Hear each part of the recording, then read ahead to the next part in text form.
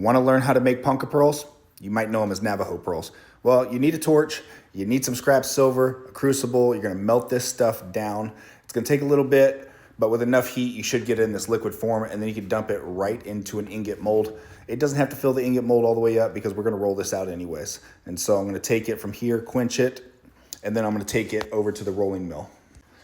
Once it passes through the rolling mill a few times, I'm going to take it back over, anneal it, get it to this nice little cherry red, and then quench it again, and then back to the rolling mill. We're going to roll this through a few times, annealing it step by step, quenching it, and then right back to the rolling mill. And this is where you're going to see it kind of lengthen out a little more. So you see it getting longer and longer. Quench it, back to the rolling mill, and then once we get it to the right thickness, this is about 20 gauge, we're going to anneal it one more time before we take it over to the disc cutter. Using a Pepe Tools disc cutter, we're going to find the appropriate punch. We're going to line up our metal, make sure there's no gaps, stick our punch in, and with one smack of a heavy hammer, ball peen, pow, we have a disc. Now let's do that to the whole strip. Once you got the whole strip, you have all your coins, you can start dapping everything. Using a dapping block, we're going to find the appropriate hole. Using that little recess and the correct size punch, we're going to smack it one good time, maybe twice, and then we got a little dish. Now we're just going to sequentially go down in size, and we're going to find the next hole and then the next one. And we're going to do this to all of our discs.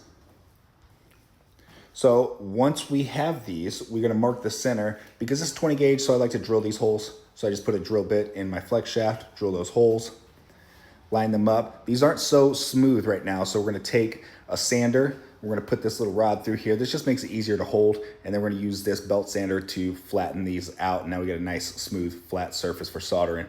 Line these up, put them on a wire held in a third hand, and then I'm going to put a bead on top that's just going to have a little bit of weight to it so that we can hold those in place.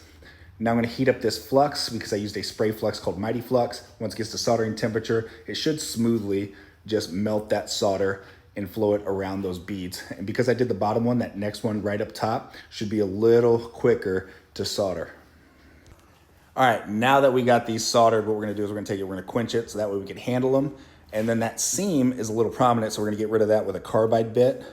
It's gonna leave it a little rough, and then we're gonna switch over to a white silicone wheel. This is gonna help smooth it out just a little bit before we move over to the variable speed bench grinder or bench polisher. This is a 6-ply radial disc in the red 220, and then we're gonna move over to the blue. This is gonna give it this little polish, and then we're gonna dump it into some hone and highlight tumbling media for an hour. From there, we pull them out, they look like this. And then we're gonna dump it right into steel shot with some burnishing liquid. Tumble that for an hour, and when they come out, they look just like this. Do 50 of these beads, and you got a whole necklace.